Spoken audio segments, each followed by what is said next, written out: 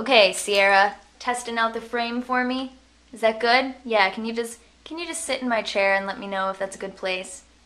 Okay, thanks. Hey viewers, my name's Kara and I really want to get to a video topic that was given to me a long time ago in 2013. I don't remember exactly when, but it's from one of my viewers. Her name's Alexandra, and she had a question for me about doing ritual on a regular basis and having to do with the phrase being a true witch. And this is something that we come across a lot. I think all of us do. I know I do anyway. And it's something that bugs me, because it's one of those things that your first reaction is usually to say, well, you know, who are you to say who or what a true witch is anyway? Or, well, what do you mean by a true witch? Or what is true? Or, you know, there's so many first reactions that you could have, or you could have them all at once. But I had been putting all of these great topics that people were asking me to do videos about into a file so that I could do them when I had more time, when I was settled in my new place. And I'm not completely settled here yet, but I do have internet so I can post my videos now. So, Alexandra, I am sorry that this took so long, and for the rest of you, I hope you enjoy it. So this is her topic, and I will put the text of what she sent me in the description of this video so that you can read it, but I'll just briefly read it. She says, "My name is Alexandra and I'm pretty new to Wicca. I've only been Wiccan for a short while. I have, however, done my studies under a high priest and am now a solitary witch." First of all, let me pause there. You've only been Wiccan for a short time, but you've already studied under a high priest? That seems like that's more than a little while. Like, I think you're not giving yourself enough credit there. That's more than a lot of us have done. I've been a solitary, like a true solitary, whoa, I just used the word true in that completely unintentionally. See, that's the kind of language that we have to watch, because I don't mean that she's not, you know what I mean? Let me just restart that. I have been solitary, by which I mean working only by myself, for the longest amount of time of my practice, which has been over a decade. I only recently started working with other groups. So to me, the fact that you had a teacher is a little bit more than pretty new. You know what I mean? But anyway, she says, "I've never doubted my being a Wiccan, but recently I was told that since I don't do rituals on a regular basis, that I am not a true witch, that I am too lax with how I do things. I haven't done a spell since my studies, but this is because I have been content with my life and I have no need of anything else. I didn't know how to react to this. My teacher was proud that I was so content with my life. But am I still not a true witch because even though I have no need of spells myself, I don't do them for others? Is doing ritual on a regular basis really so necessary? I was taught that it was fine just honoring the god, goddess, and nature while being thankful for all they've given me. I also use my gifts to heal others with herbs and stones since they can do the rituals themselves instead." Impressive, right there. Is this really not good enough? I'm confused and slightly saddened by having been told this. I just would like someone not taught the way that I was to give me their opinion. Since everyone I know was taught by the same person, we all thought it was perfectly fine. Thank you for reading this. I know it was long. Alexandra, that was not the longest message I have ever received. Trust me, and I write them much, much longer. Anyone who's gotten a message from me knows that. Yeah, so I think because I had just read this topic and the phrase true witch was in my head is why I just said that previously. But yeah, that's really tough language to be using, because we don't mean it like this person who said, well, you're not a true witch unless blah blah blah. That's not what I meant at all. What does it mean to be a true witch? And this reminds me of another video that I wanted to do, which I will probably get to in a little bit, about, you know, I've done a video about what being witch means for me, what it means to be a witch. What is being a true witch? Is there one way to do it? No. So I really don't think that there is any way that someone can tell you, because you don't do this, because you don't do that, because you don't do the thing the way that I do it, you're not a true witch, and I am, and that's like, you're a false witch? What is that? It's all just black or white kind of language that I personally don't feel even really has a place in something like witchcraft, because witchcraft is so not black and white. It's not this or that, either or. It's and. It's with. So you kind of asked two questions here though, because you're talking about not doing spells for yourself or not doing spells for other people, and is that really necessary? But then you also say, is doing ritual on a regular basis really so necessary? And in my practice, spells and ritual are not necessarily the same thing. The way I practice and the way I've learned is you could do a ritual during which you perform a spell. Or I personally sometimes do spells without doing a whole ritual surrounding that, and I also do rituals in which no spellcraft is worked.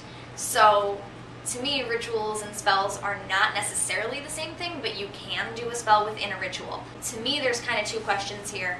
So I'll talk about first just the spell thing. I did a video a while back about the fact that I always, for years, really didn't do spells because I thought, well, I don't have any need to, or when I really did have a need to, I was the kind of person who thought magic should be reserved for the, the last resort kind of thing.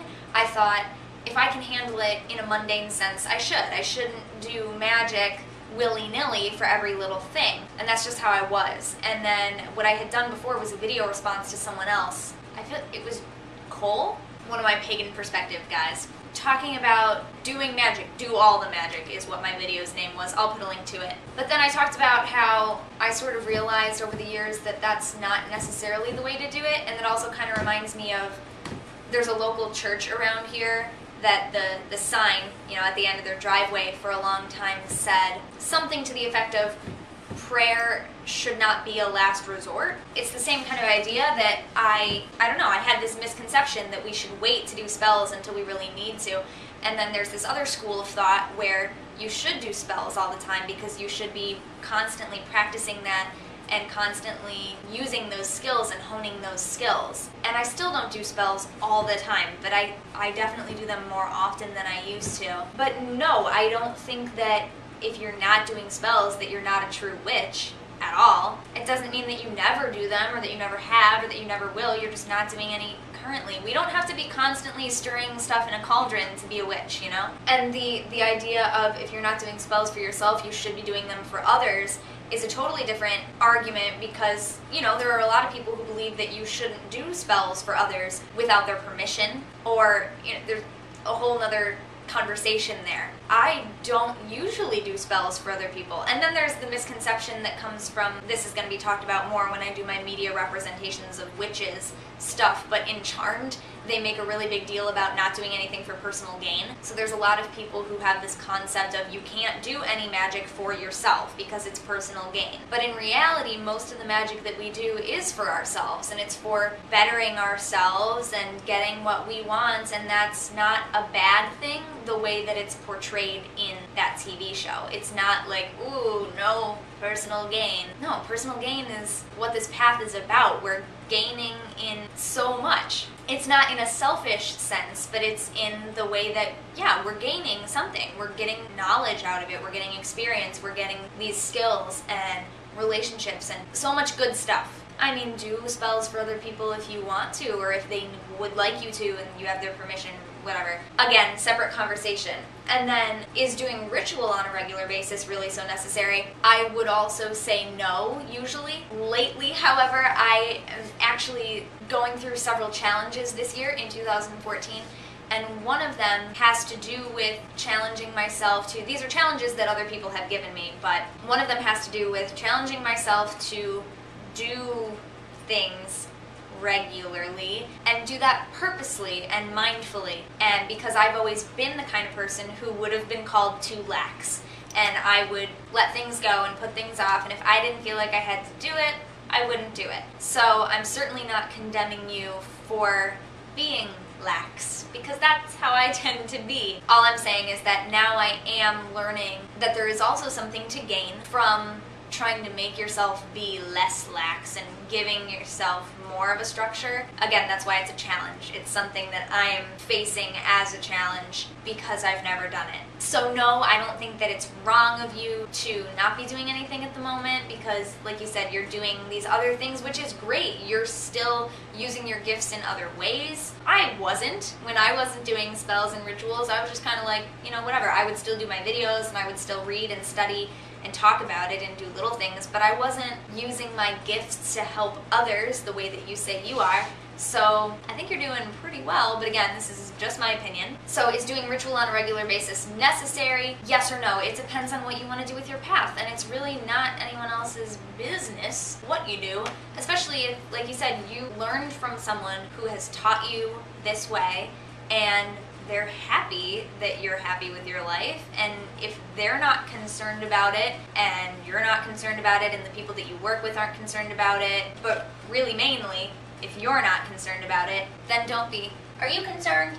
Are you concerned? Oh, she's not concerned either. So yeah, it's really up to you. It's not up to me to tell you whether or not it's good enough. I think it sounds like you're doing just fine, and I think regardless of what you were doing, anyone who would tell you yada yada yada yada means you're not a true whatever, not really the person that you need to be totally worried about. And I realize that now me telling you this is exactly what my teachers and my mentors, the people that I consider to be my teachers, this is exactly what they say to me whenever I freak out about something little like this. So I have been in your position. I still am that a lot. So now, yeah, now I get it. Yeah, I get it. I've been there. If you're anything like me, you will continue to worry about things like that people say. And like me, you just have to remember afterwards that there's only really one person that you always have to answer to, and that's you. And if you do work closely with deity, God and Goddess, as you mentioned, then ask them about it, see how they feel about it, and if you get a positive response from them, then you're good to go. If maybe they do say, yeah, we'd like you to try some more ritual, go ahead and do that. So do what's best for you, always. What's best for your path, because it's your path and you're the one walking it. So I really am sorry that it took me so long to get back to you on this topic, but I'm glad I made some time to do it. So I'll talk to you guys next time. Thank you so very much for watching. Until I see you again, don't forget to be awesome, blessed be, and goodbye.